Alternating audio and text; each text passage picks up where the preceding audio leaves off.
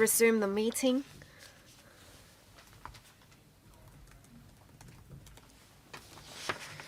The administration gave a response to issues raised at the last meeting. The paper number is CB brackets 1188/2025 brackets 09. Excuse me, 10, and the list of follow-up actions arising from the discussion at the meeting on 20th January 2025 is CB brackets 1188/2025 brackets 09. I will ask representatives of the administration to brief members on the response. Members who would like to ask questions on the response, please press the request to speak button. Now, I would like to consult members on this issue. The response was only submitted yesterday, in fact, late yesterday.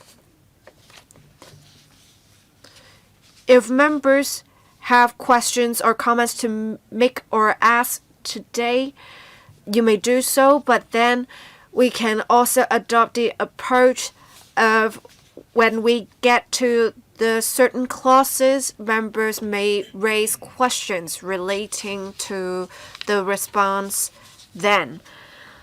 Ms. Doris Ho, can you brief members on the response? Thank you, Chair. Let me brief members on the response. The first issue was raised by Mr. Dominic Lee. We will have a definition of seabed or foreshore in the bill, and we have in particular a statutory definition of high water mark. The member asked if there was the need to define high water mark in the bill. And last time we actually gave a bit of an explanation, but let me say this again. So when waters come to the shore, the position where waters overlap with the shore, that is where the high water mark is. So as you can see in our response, we have provided a diagram. You can see the part where there are some waves. So when there are high tides, it would move towards the shore at this position. And when it hits the shore, that part is called the high water level. Now with the high water mark, how high is it exactly? The Lands Department has had some reference to specifications when deciding where the high water mark is. It is 2.3 meters above principal datum. This information is available to the public as well as related professionals. The definition is quite clear. Therefore, we consider it unnecessary to define it in the bill. In fact, in other legislations, such as Chapter 127, the Seabed or Foreshore Ordinance, they mentioned the high water mark, but they did not put the definition in the legislation as well. The government would review the definition of high water mark from time to time. The last review was conducted in 2019. It was believed then there was no need to adjust the value, so it remains to be the case that 2.3 MPD continues to be the high water mark. And now, in our responses paragraphs 2 to 3, it is to address members' concerns on cabling or ducting on the seabed in the Victoria Harbour. And Mr. Chan Hakan actually asked about for some sewage works there will be some ducks. And that actually was what happened with the Stonecutters Island project, connecting that to the Hong Kong island. And these tunnels, would these be regarded as reclamation works and subject to regulation? So we have checked this. For these two kinds of projects, these do not require the forming of land. Therefore, these projects will not be regarded as reclamation, because reclamation, in our definition, would involve the forming of land. As I said earlier, the projects do not involve the forming of land, so that would involve cabling on the seabed as well as sewage tunnels on the seabed.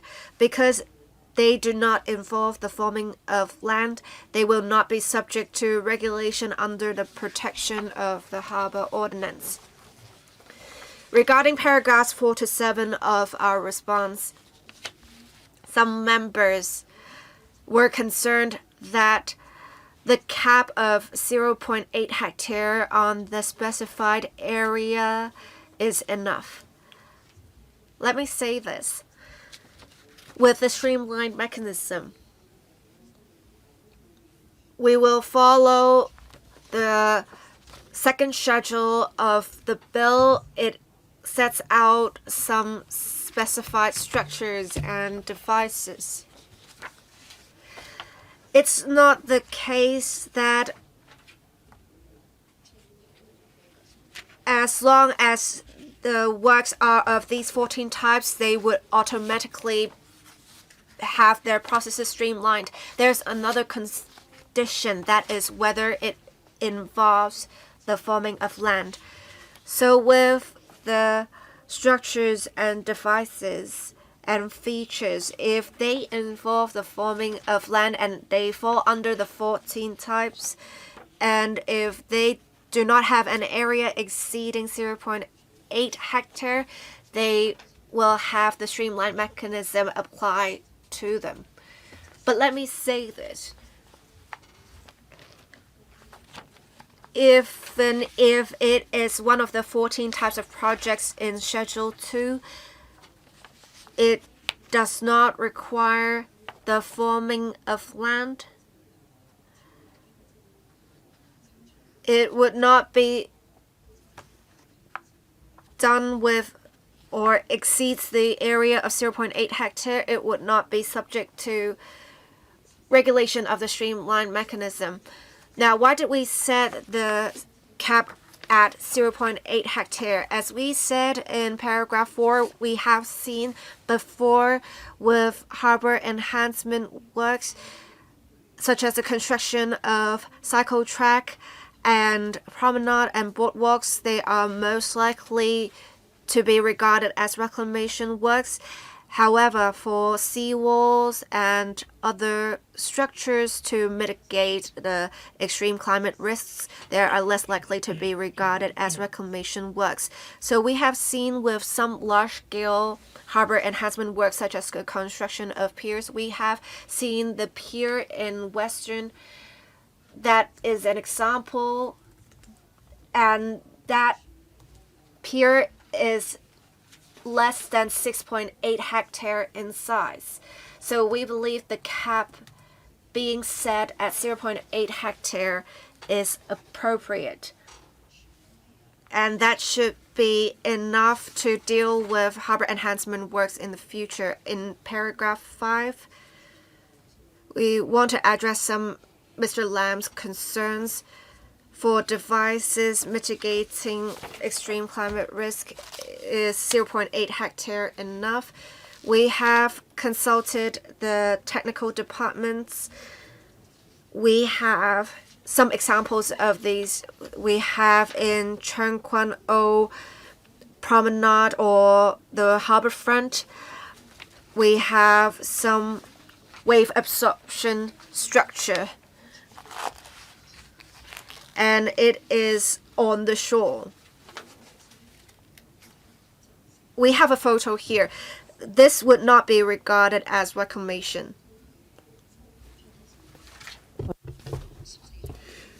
Well, we have put this device for mitigating extreme climate risks into the list because we do not rule out the possibility that these devices might involve minor scale reclamation. So we have put this in the list of streamlined work to allow us a little bit more flexibility. And para 6, we seek to explain the fact that if there is any additional work to the existing facilities, how do we interpret this 0.8 hectares? Now we have to look at the additional structure and the existing facility to make sure that they do not exceed 0.8 hectares. Now, some members asked about the existing facilities. Now, basically, we use the high water mark as the basis. We, like in para 6, in the middle part of para 6, for existing structures, features, and devices, we look at the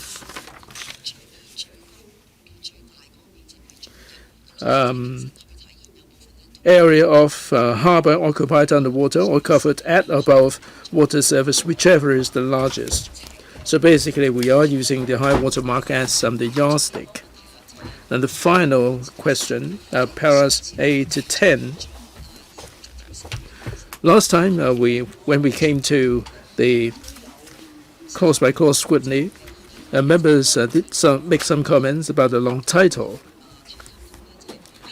In the long title, it mentions the Victoria Harbour being the special public asset and natural heritage of Hong Kong people. Now, some members asked why we need to make such a reference in the long title. In paras 8 to 10, we are giving this explanation by way of background. Now, these special public asset and natural heritage was actually in the PHO, which was enacted in 1997. Section 13, bracket 1, does carry this particular term, and thereafter there was legal proceedings in 2004. And the judge also had regard to the special public asset and natural heritage in the judgment. And there is an element of the presumption against reclamation being rebutted on the basis of overriding public need, and this covers 3 different sub-elements. So this amendment exercise seeks to incorporate all these elements into the bill. So in clause 3.1, when we come to the clause by clause, we can go into detail about it. So as we can see, we do include this phrase, special public asset and natural heritage. So in the amendment, we will keep this phrase on in the bill. Now, this is by way of background. Now, given this background, do we really need to repeat that in the long title? We see the merit of doing this. According to the legal practitioners, the long title cannot override the individual provisions in the bill, but the long title would enable us to understand the concept and how the provisions should be interpreted on this basis. So we do see the merit of keeping this phrase of special public asset and natural heritage of the Hong Kong people in the long title. Members raised these issues from two angles, according to our understanding. Article 7 in the basic law says that the resources are state-owned. Will there be any discrepancy there? That we did take it up with the legal advisor.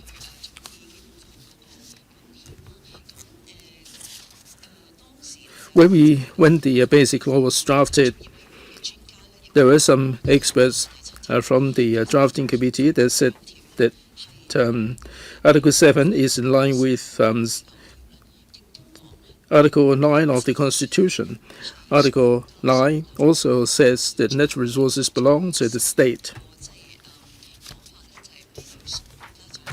Now, by that, we mean they are owned by the people.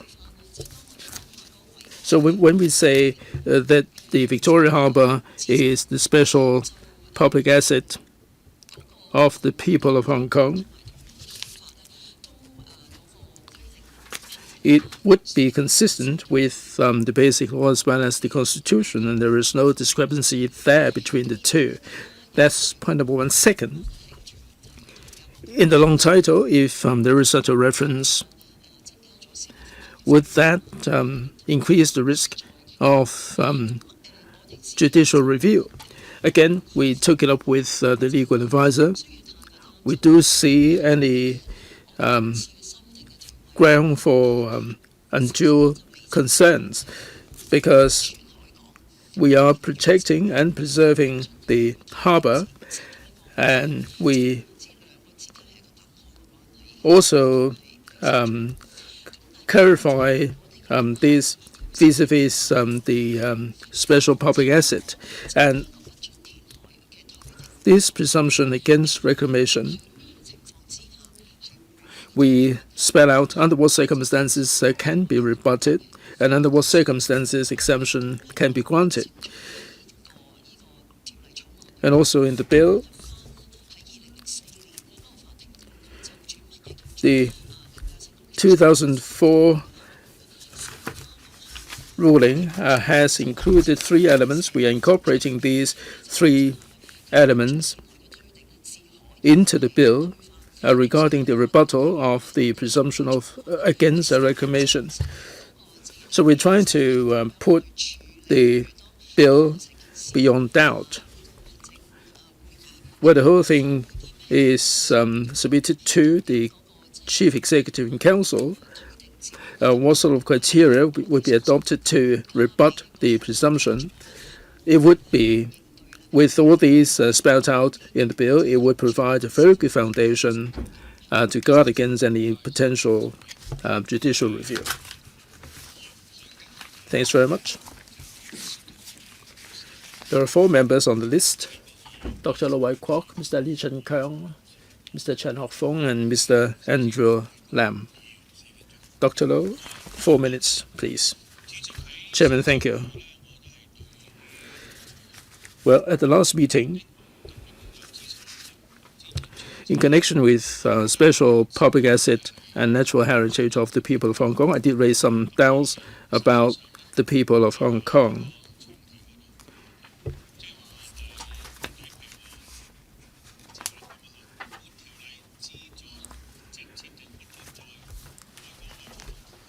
In the long title, there is the presumption against a reclamation to protect and preserve the harbour, and the amendment is to regulate these harbour reclamation. Now, by regulating the harbour reclamation, we are protecting and preserving the Victoria Harbour, and the purpose, the objective is sufficiently clear.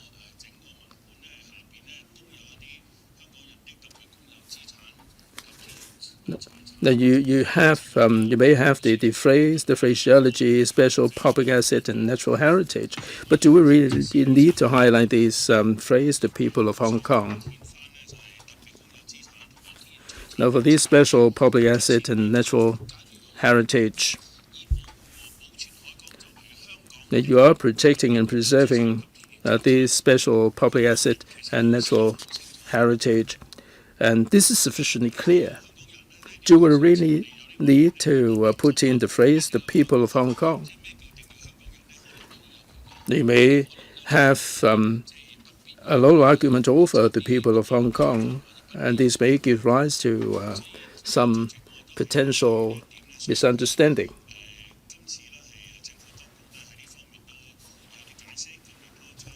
And the administration has given us the explanation that there were similar wordings in the rulings handed down by the court. Now we are making amendments here. Shouldn't we make the amendments more reasonable and make them put them beyond doubt? I don't really subscribe to the idea that we have to put the people of Hong Kong in the long title. From my understanding of both the Chinese and the English version, I think the special public asset and natural heritage would be sufficiently clear and unambiguous without the people of Hong Kong. Permanent Secretary. Chairman, whether we should change the people of Hong Kong to Hong Kong, I think we can take it up with a legal advisor, Mr. Lee Chen-kung. I'm grateful to the administration for clarifying the high water mark, and this is spelled out there, 2.3 meters above the MPD. I know that this is in existence in many different pieces of legislation. I find this okay, but with global warming and climate change, the sea level is ever rising, in particular over the next 20, 30 years. I think every 5 or 10 years you should put this under review to reflect the actual situation. And para 4, the specified area, 0.8 hectares. The whole purpose of the bill is the 0.8 hectare of formed land. And this is part of the formed land. As it was said during the public hearing, the pontoon or the marina, they may have some competition events like cross harbour swimming event or yacht racing and so on. If the pontoon can be removable, would that be counted towards the calculation? Ms. Ho, Permanent Secretary. 2 questions there. First, the high water mark. Given the global climatic change, and there may be some changes, we agree with member that we will take the matter up with the Lands Department. The other point about the 0.8 hectare, what about the pontoon in support of certain activities, and as a result of the activities, they will be removed? Now, for these temporary facilities, they are not regarded as formed land, so they will not be subject to the scope of regulation. If you notice, we have the cross harbour swimming competition or the dragon boat event to facilitate people to get ashore. We do have the temporary pontoon. kind of facilities, as long as they are removed after the event, they will not be caught by this bill. Well, Chairman, there may be some peers for water taxis, and the pontoons may only become available during the morning when the service is provided, and they will be taken away afterwards. And the removal can be done mechanically. So what's the take on this kind of facility? Permanent Secretary, thanks very much for the comments. I think the principle still applies, whether this is some kind of formed land or whether the facility can be removed after use. So we will be adopting a pragmatic and flexible approach in interpreting the whole thing. It would not be like the Secretary said, we may not be in a position to talk about a particular case exhaustively, as long as this is not formed land, as long as the facility will be removed after use. Chances are that they will not be subject to the scope of the bill. We do have the fundamental principles, but it would be hard, like the Secretary said a moment ago, to go into detail about each and every one of them. Mr. Chen Hockfong. Chairman, thank you. I've heard from the Permanent Secretary about the sewage pipes under the sea or the cable. If they do not form a new land, they will not be caught by the bill. I'm not sure whether my understanding is correct now for the underground cable or a tunnel. If it is under the seabed, there is no new land formed, there is an egress and ingress on land. Would application have to be made?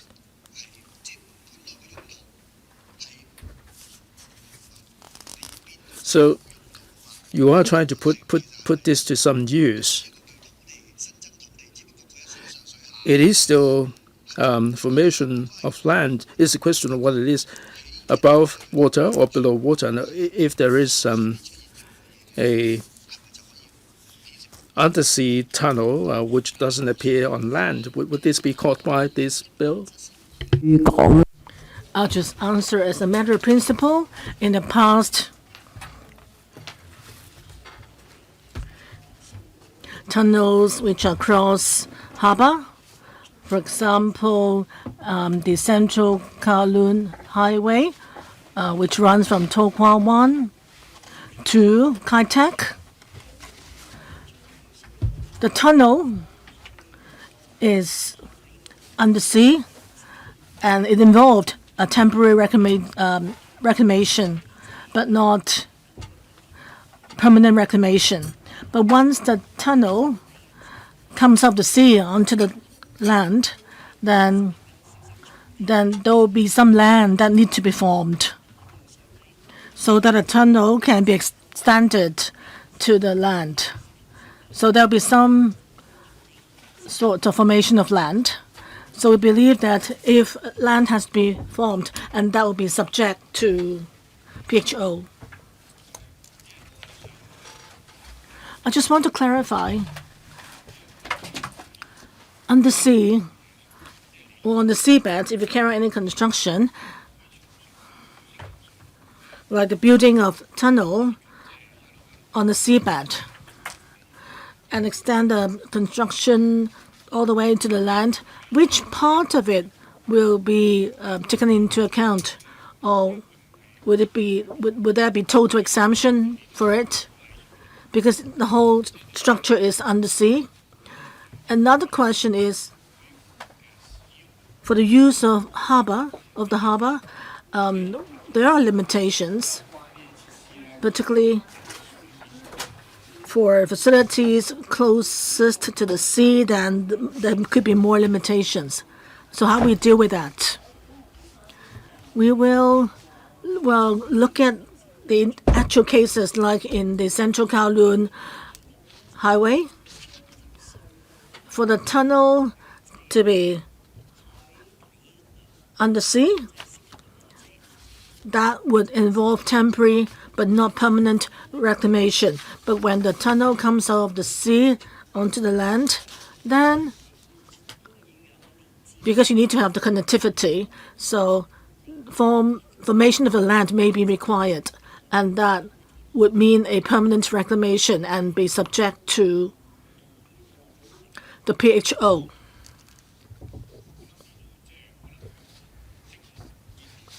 Well, I think we need to be clear about this. I think we need to delineate the boundary, which part will be considered as temporary and which portion will be considered as needed for formation of land. I think we need more clarifications. Mr. Chen? Yeah, following up on the chairman's question. Okay, at the connectivity point, the 0.08 hectares, would it be considered as land beyond the high water mark area? So when it's undersea, it's exempted whether how long, no matter how long the tunnel is, right? Permanent Secretary, we would just look at, as Mr. Chen said, the high water mark. What's below the high water mark, the landform there, that will be counted. But Chairman, let me just go back and then get the map for the Central Kowloon Highway, and then that can demonstrate to you which part is considered permanent and which is considered temporary reclamation. I don't want to mislead you.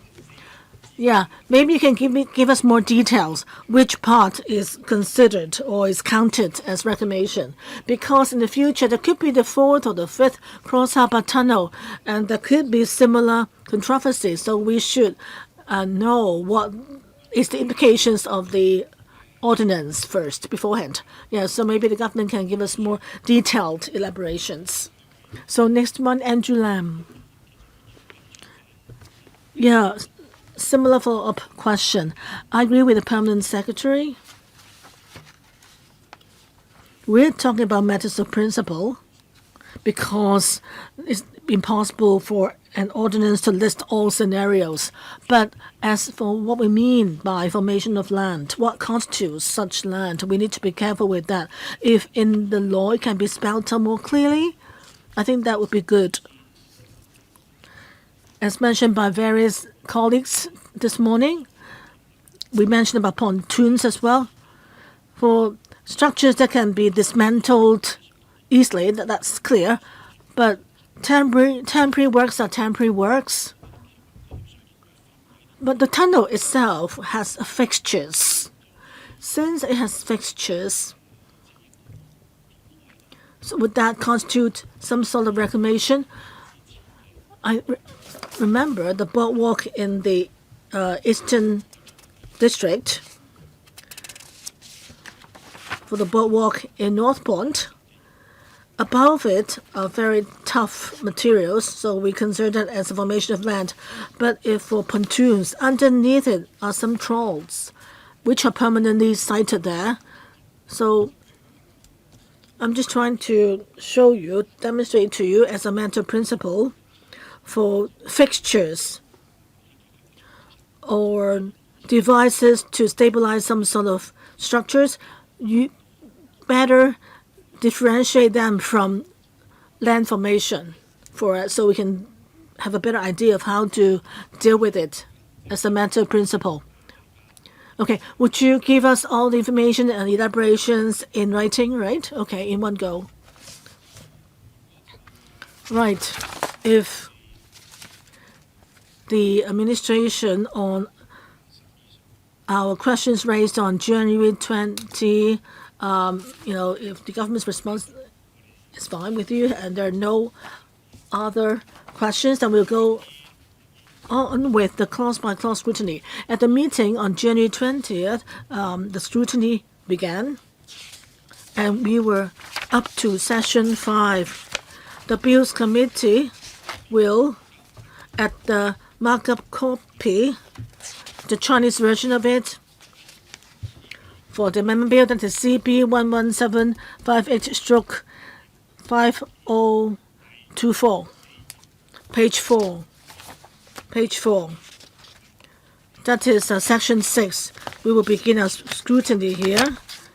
Section 6. The English markup copy is available. The legal advisor can also raise any views or any issues you have.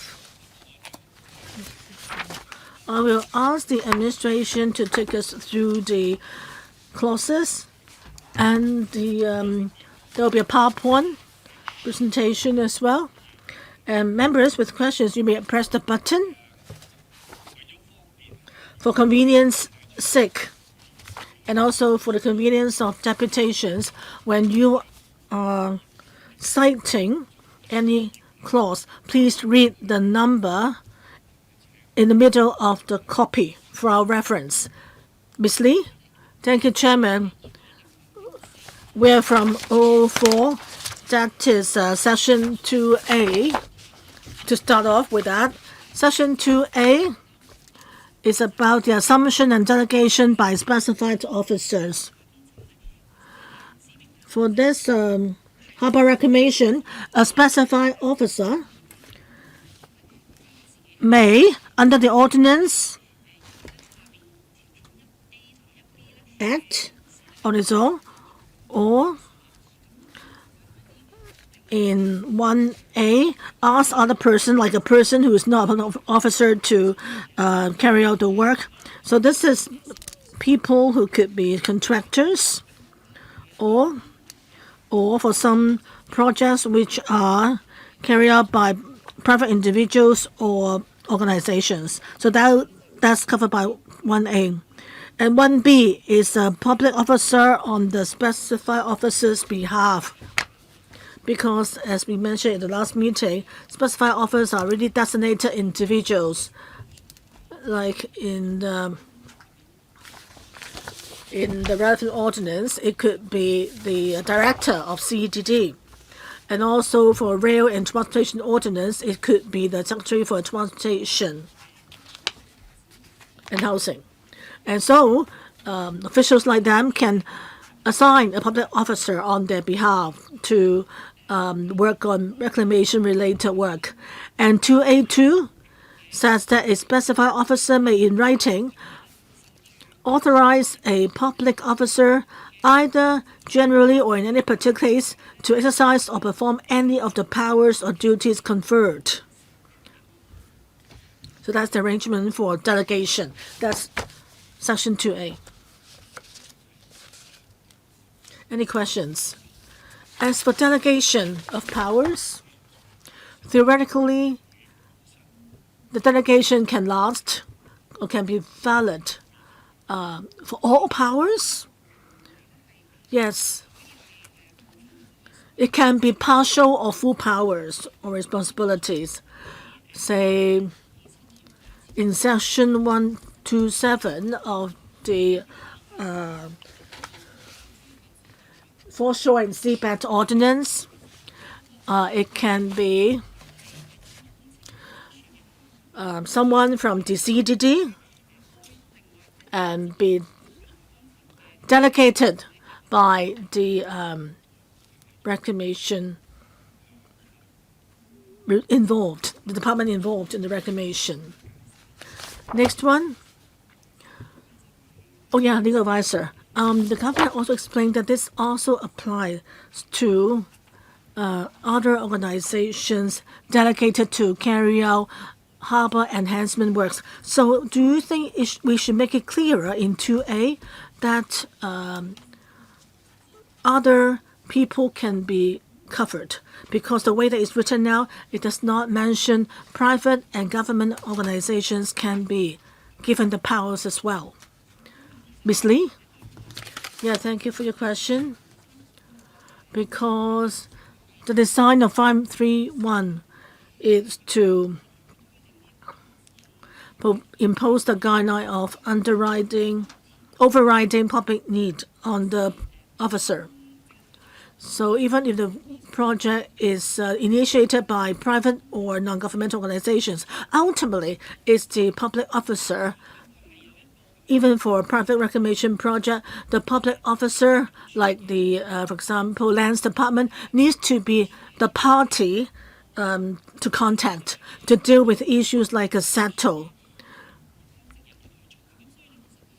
So lands department staff would have to be involved anyway. So in section 2A, so the writing now actually takes into account that scenario, and 2A bracket 1 says that in carrying out the commission, it's mentioned in bracket A, it can be a person who is not a public officer. So I think that already ties in or aligns with arrangements for other government projects. Okay, please go on. So now we are on page 5, 005, which is part 2 of the amendment bill. It is on the part on presumption against Harbour reclamation. Bracket A, we propose some changes in the wordings. That is, we will write for protecting and preserving the harbour as a special asset and natural heritage of the Hong Kong people.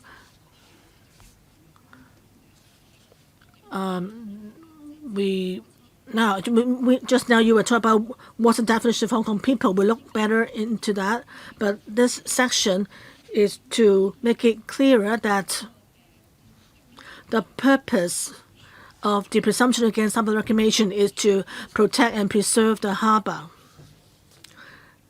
And such change is to correct any misunderstanding that whether protecting and preserving the harbour will run or be honoured as one single principle. But we want to let people have a full impression that this is part and parcel of one major principle. And under now the new framework, there are various types of reclamations, for example, large-scale or exempted reclamations. So we want to, in this part, for each type of reclamation, explain clearly the implications of the presumption against harbour reclamation. So can you pause a bit? Martin Liu, you have a question? Yes, as for 3.1. 3H, 3.1. I'm just talking about the wording. In the English version, it uses the words a natural heritage of the Hong Kong people. Natural heritage has a particular definition, which means that it's something of a conservational value and worthy of appreciation. But in Chinese, it says 天然財產. 天然財產, as compared to natural heritage, I think the Chinese version should be 自然遺產. That's a more common translation. So I don't know why you use 天然財產 in Chinese. Heritage 財產, 遺產 is different from 財產. So would you consider use more exact words, 自然遺產, in the Chinese version? Yeah, we will. Earlier we have said that we have different views on the wordings, and the government said that you would look into them again. Even though at our last meeting, members expressed different views, and the government did give their responses, but we discussed it already as well, and views still differ. So the government will go back again and to look into these, like in this case, the sentence, the way that is worded. Like as mentioned by Mr. Martin Liao, the discrepancies between the Chinese and English versions Yeah, so I think you can look into that again. Yeah. Miss Lee, please continue. Oh, sorry, another question. Chang Hok Fong.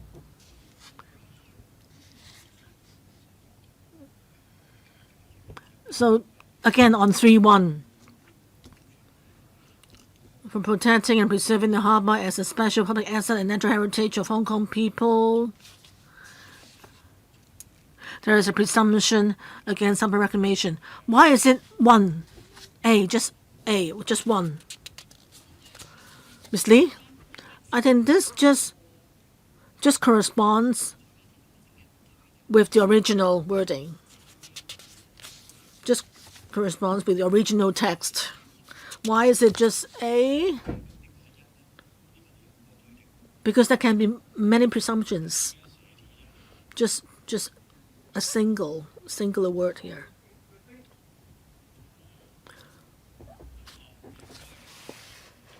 Mr. Zhang, DFJ.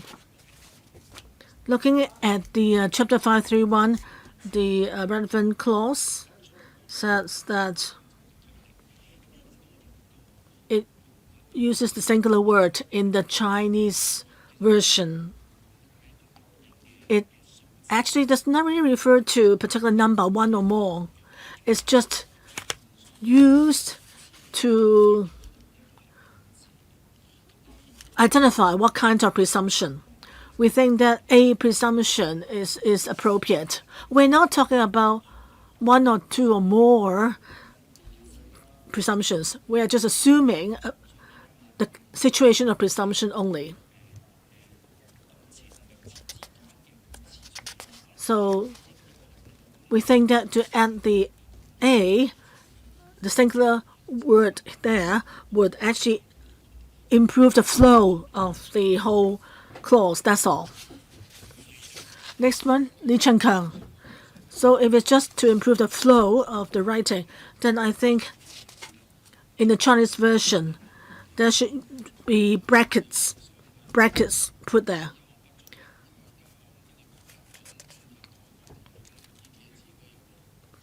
There should be brackets put there in relation to the presumption against reclamation.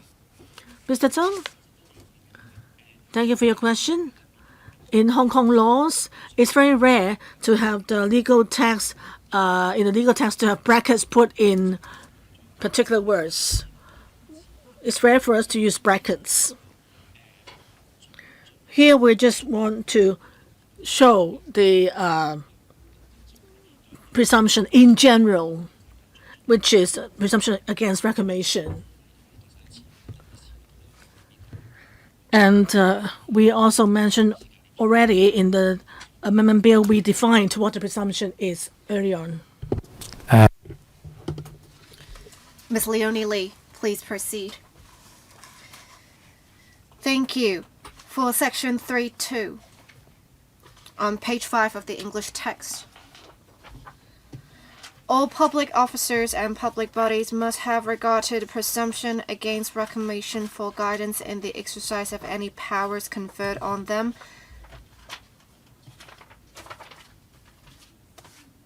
Now, unless in A, as said there, the powers conferred on them are exercised in respect of a harbour reclamation. So apart from A, there's also in C some information. Let me continue with A now. And the Chief Executive in Council has determined under Section 3H the presumption against reclamation is rebutted for the reclamation. B, the powers conferred on them are exercised under Part 4 in respect of a harbour reclamation. That would be, say, submitting an application for harbour enhancement works, for the works to be exempted from the presumption. So basically, B is powers that will be available under this ordinance. C. The powers conferred on them are exercised in respect of a harbour reclamation that is exempt from the presumption against reclamation. So say they have already received exemption, there is follow-up work to be done. Since exemption has already been given, they can still exercise the powers on them with reclamation exempt from the presumption against reclamation. Mr. Lee Chun-kung has a question. I want to ask, is there or between 2A or 2 and 2B? Do we need to insert an or between A and B?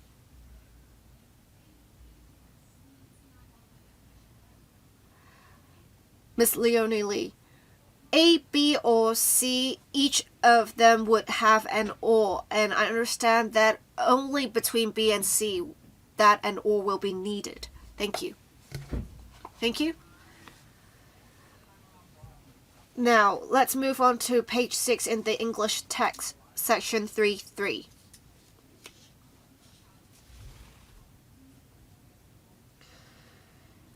Section 2 refers in general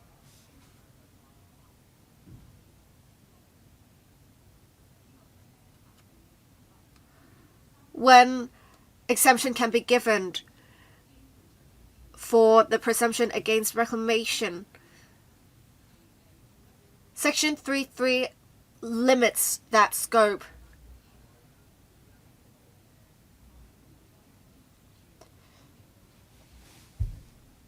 To say what kinds of harbour reclamation can be done. It says here, unless subsection 4 applies, some harbour reclamation cannot be done by a specified officer or some related matters. Say for the Foreshore and Seabed Reclamations Ordinance,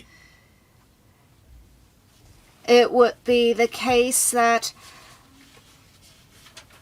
as said in 3A1, may not prepare or authorize any other persons to prepare a plan for the reclamation under Section 3 of Chapter 127. 2. May not submit or authorize another person to submit the reclamation or any objection. Or may not execute or authorize another person to execute the reclamation. So that is basically what is going to happen with Chapter 127. As for how Chapter 370 and Chapter 519 would work, that is, how their powers will be limited. As said in B, a specified officer for a harbour reclamation may not propose or authorize another person to propose any of the following powers to be exercised. Say 1, a power under Section 17(1)(b) of the Roads, Works, Use and Compensation Ordinance, Chapter 370, that's relevant to proposing something.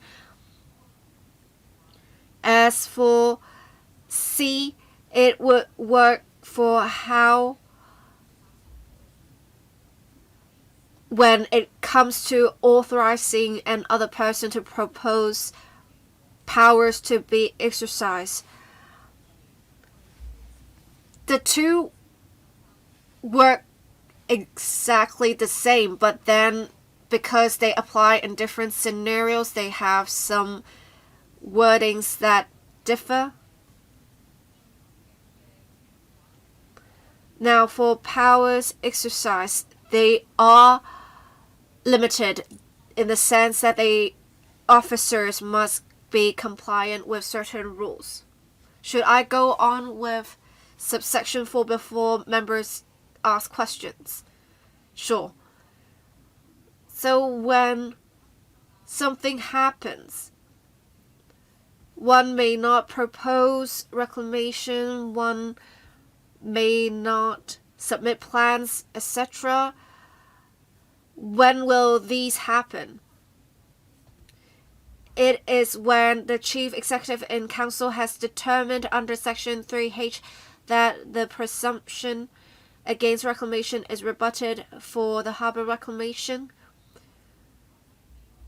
The harbour reclamation is exempt under Part 4 from the presumption against reclamation, or the harbour reclamation is allowed to continue to be carried out under Section 3Y2.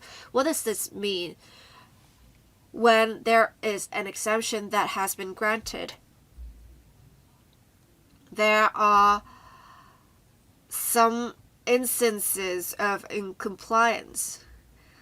Works are supposed to be suspended, but then Section 3Y actually mentions when there is, say, some form of environmental hazard, works can be allowed to continue to be carried out, but then we see this to not be very likely. We believe in most cases reclamation should take place within the extent granted, and this is when, for the purposes of subsection 3, this provisions would apply.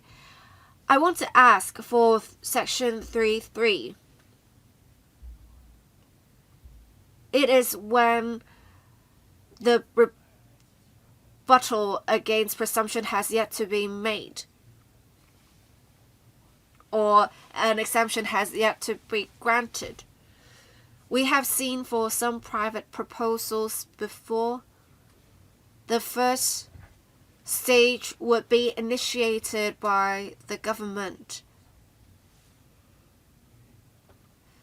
But of course, the government can authorize private companies or organizations to take forward such work. Now, when there is incompliance with authorization or those who have been authorized, what is their liability? What are their responsibilities? What are the consequences if they do not follow the rules? What will the administration do to follow up on these incompliances? Thank you. In general, we would have specified officers handle the relevant matters. In operation, when it is a developer or developer is involved, the specified officer would sign a contract or at least some form of a pledge for private developers to comply with relevant legislation or some works requirements. With this, we should be able to bind the performance of the private parties. I want to ask, you have mentioned contracts with contractual responsibility. Do you think it is adequate to compel the parties to comply with such requirements? Thank you, Chair. If the project is a private one, I believe in most cases, in the land leases, some conditions will be imposed. Say where to do such works, when to take forward such works, whether the site will be open to the public upon completion of the works. So there is already some form of regulation in the land leases.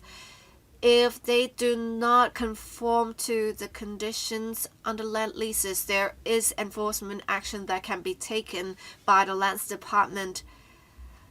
such as re-entry to the relevant lots or premises. So even with a private project, we can regulate conduct of private developers by land leases. So the government considers this to be deterrent to compel the parties to comply with the relevant requirements. Yes. All right, please move on. We are now on section 3A, page 8 of the English marked up copy. Criteria for rebutting presumption against reclamation.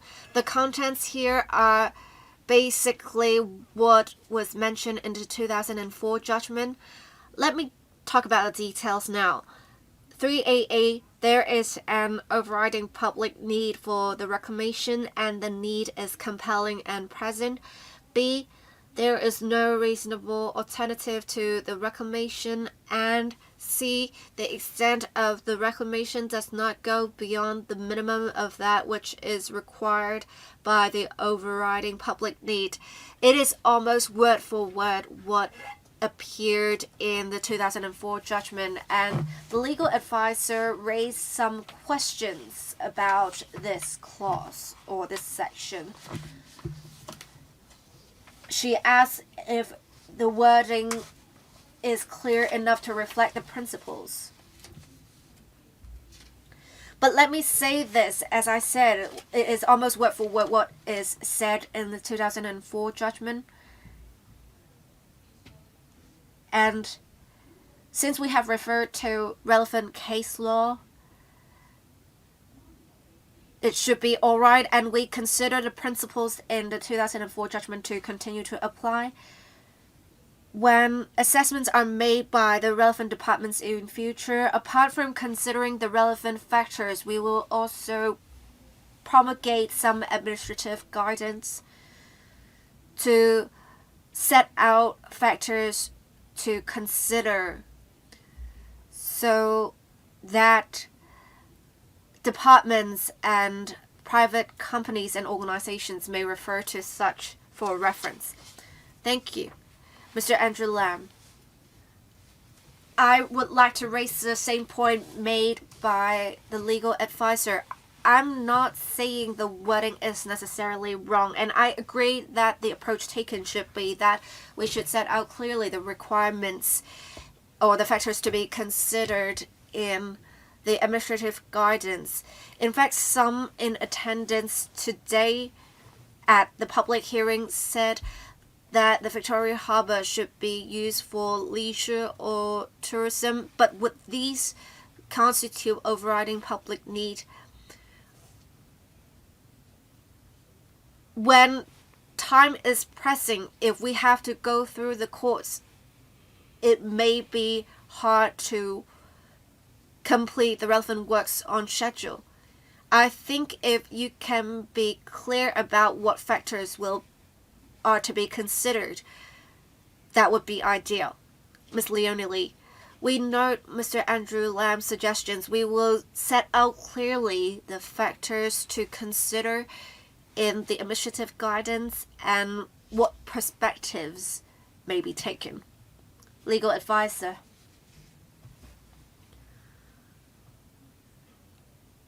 I understood what the administration and members said.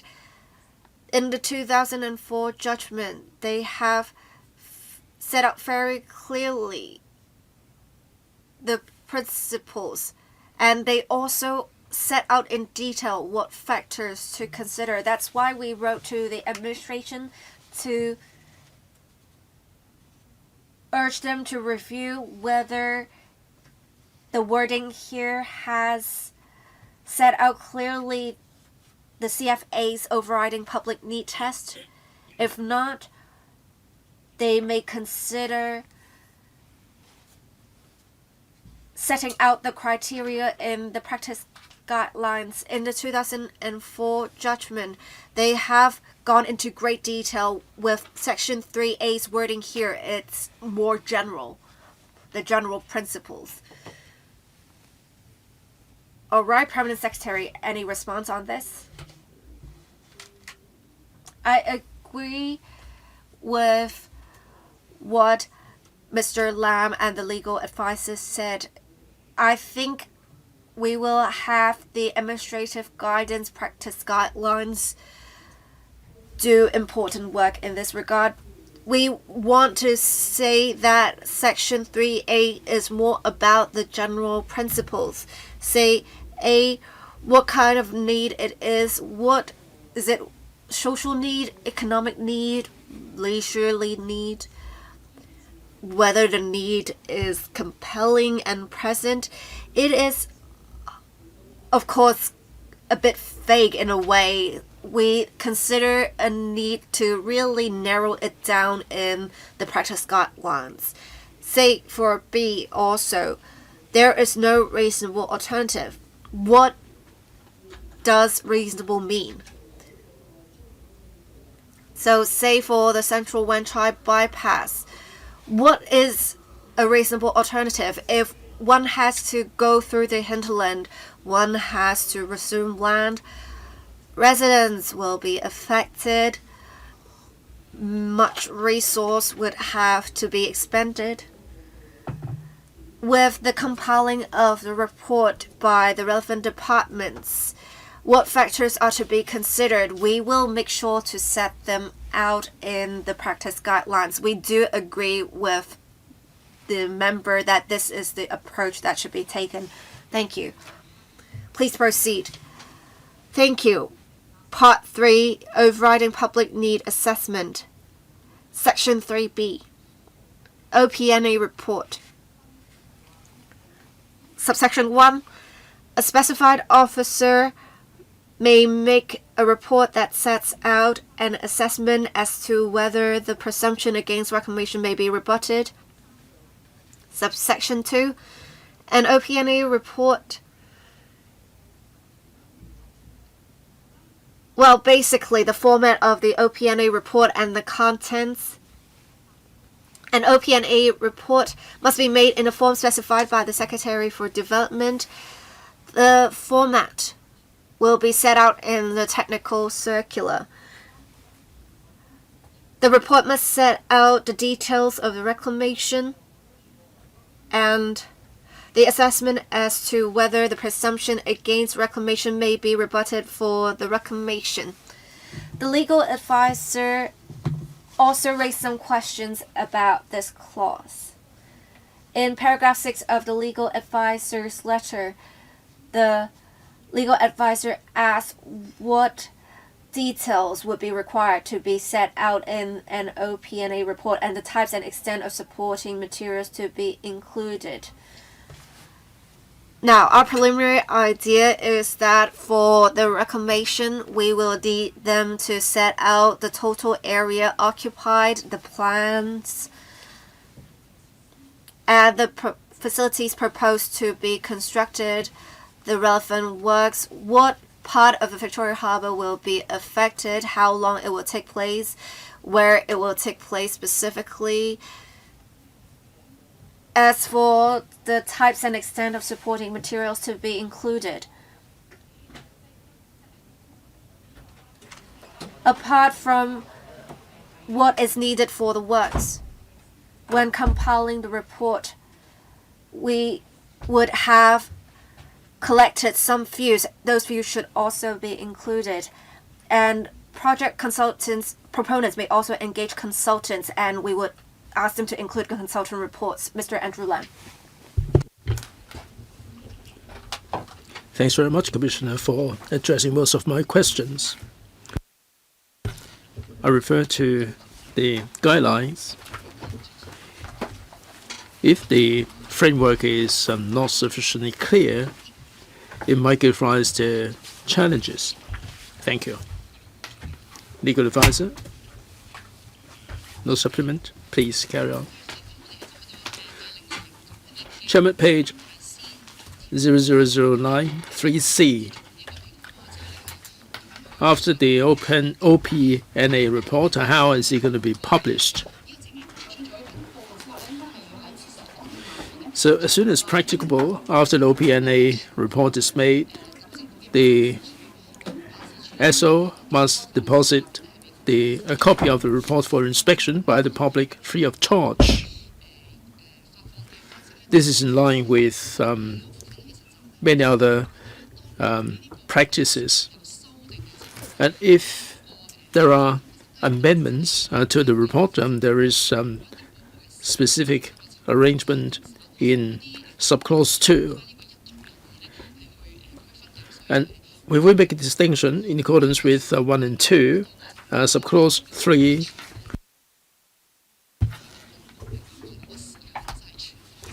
within 21 days after the day on which a copy is deposited, a notice will have to be published in 2 issues in the Gazette in both Chinese and English, B on the website specified, and C in 2 issues of Chinese language newspaper. In paragraph 7 of the legal advisor's letter,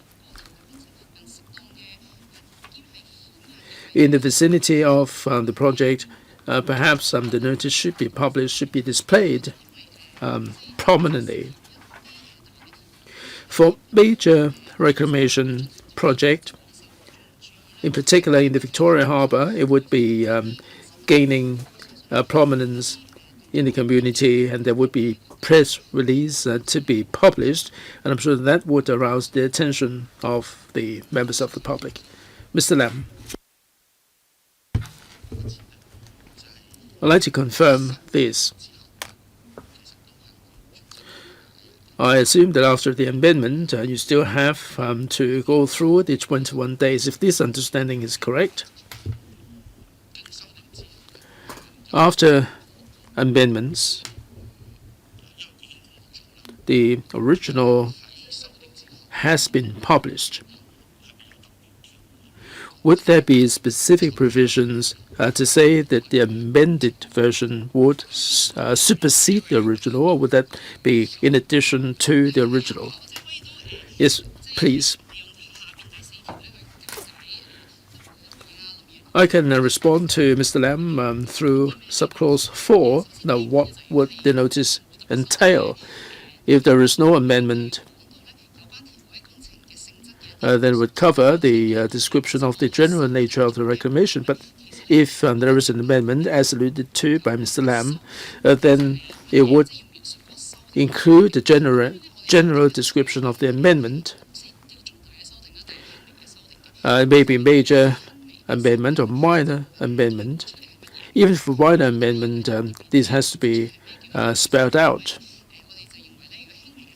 For minor amendments involving some textual or typo amendments without any significant changes,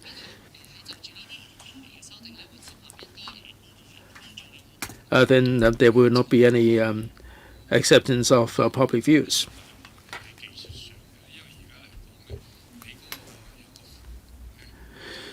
Well, you have a copy for public inspection free of charge, but people will have to turn up at government offices. Would you consider doing so electronically? Can this be put on a portal for easy access by the members of the public? In 3C, you have to publish a notice. If one wants to find out about the notice, they would have to turn up at the government office. So will you make it more accessible to the members of the public? Chairman, we would have a copy in the office. People may not get access to this electronically, so we do have a copy physically, but we do publish the notice on the web. There may be a link that will lead people to an e-version of the notice. We do go down the digital path. Well, I hope that this will happen. Here it says that within 21 days after the date on which a copy is deposited, you will publish a notice. And this will be made available online. Obviously,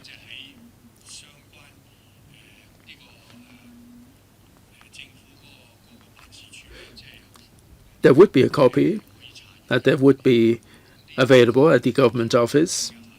So it will happen both ways. Here the bill is not sufficiently clear. Yes, indeed, Chairman, we will see whether there would be a need for touching up the wordings.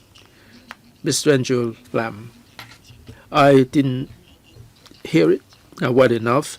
My specific question is if minor amendments have been made. Would the notice be covering the minor amendments, or would you be republishing the entire notice, superseding the old one? Commissioner? Thank you, Chairman. Thanks, Mr. Lam. The notice would highlight the amendment to the description, and under 3C2, the OPNA report still has to be deposited at the government office for inspection. But the notice will highlight the amendments that have been made. So I would imagine that the notice would be just like a summary of the amendments. But for the detailed amendments, we would issue the version online, or we will make it available at the government office. Mr. Lam. So you've issued a report. You have the original there. Let's say you have 8 chapters, and the amendment covers Chapter 8, and the notice would highlight Chapter 8 being amended. And when you read the report, you have to read this in their entirety. Is that right? Well, members like me are concerned about the ease of access to the information by the public. I think the government ought to do something. You should make available the report online. Here the wordings do not cover these in particular. We will be talking about the amendment to the OPNA report. Commissioner, would you please address this particular point? We are trying to make it accessible to the public. That's the whole idea. Commissioner. Chairman, thank you. Thanks very much, Mr. Lam. In the notice, we would highlight the amendments precisely because some people will not have to read from cover to cover about the amendment. We are highlighting the amendments that have been made. We'd like to make it sufficiently clear where the amendment lies. As to the amended report, would only the amendments appear, or would the entire report appear? Well, for completeness, the entire report would appear. Maybe perhaps it would highlight where the amendments have been made. Please. 0010, page 1010, 3C4. Now, that's about the notice. A notice must contain a description of the general nature of the reclamation. That's number 1. Number 2, where can people get access to the report? We put this in the government office, but where and the opening hours, this has to be made clear in the notice. And written comments can be given. If the amendment is of a minor nature, then this written comment part would not apply. So if this is a minor comment, then we would just put out a notice to make the public aware of that, but we will not be entertaining any written comments in this regard. Well, by the same token, amendments to the report, you have to make it convenient for the public, and I hope that you will make it available online. You have the notice to alert people to the amendment, but it's not in sufficient details. Perhaps you may consider making available information online. Please. Chairman, 3D on the same page, amendments to the OPNA report. What do we mean by minor amendment? Number one, after the report is deposited, the specified officer may at any time amend the report. There can be a minor amendment. And what do we mean by minor amendment? That is to correct a clerical, typographical, or calculation error, or an error of a similar nature. And the amendment does not materially affect the assessment set out in the report. These are regarded as minor amendments. So for amendments, whether minor or otherwise, this can take place more than once. That's 3D. Mr. Lam? Chairman, thank you. Well, amendments of a minor nature, 3D. 2A is good enough, but 2B, in the specified officer's opinion. Now you are defining minor as not causing any material changes. Now this is making me feeling ill at ease. It seems that the SO has a really immense power at his or her disposal. Well, Chairman, A and B should be read together. It has to be clerical, a typo, or calculation error of a minor nature. And these amendments does not materially affect the assessment. And Mr. Lam is saying that we go by what the SO says. Now we do issue the notice, and we do have the copy there. If things are not really the way they are, I'm sure that there will be feedback, and I don't think people would pretend that there will not be any material impact on the assessment, because the officers are acting in good faith. Mr. Lam. Well, I heard what you said, but as the Commissioner said, between A and B there is the word and they have to be read together. Now, if it is B and there is no mention in A, it doesn't work. Commissioner, yes, indeed, the A and B have to be read together to determine minor amendments. Let's say the reclamation covers 20 hectares and the report says 2 hectares. Now that's a material change. It may be a minor calculation error, but it does really contain a major change. Mr. Lam. Now, from the textual point of view, because of A, you are confining the minor amendments to clerical or typo or calculation error, and these are part of the minor amendments. And B, this is only the backup, isn't it? This is covering the situation. Now, A defines the scope. It's only things that are happening in this scope let's say there is a change, there is an error in the size, and that wouldn't have a material impact. Is that right? Yes. Please carry on.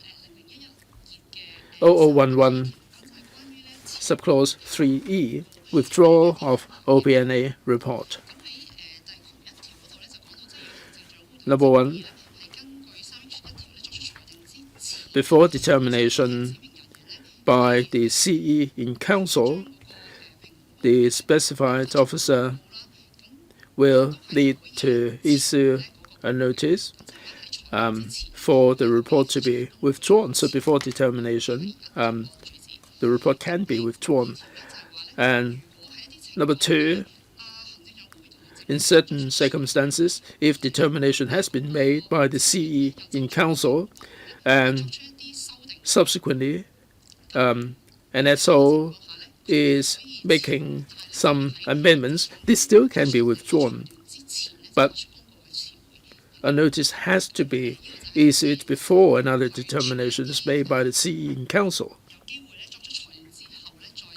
So that's in connection with amendments after determination. Once a notice has been published, there is a whole list of power that cannot be used. They cannot be exercisable. Like the CE in council makes the determination and the submission of the report to the CE in council, that cannot be exercisable. And that's in connection with the withdrawal of the OPNA report and all the details. Any comments? Legal advisor? No?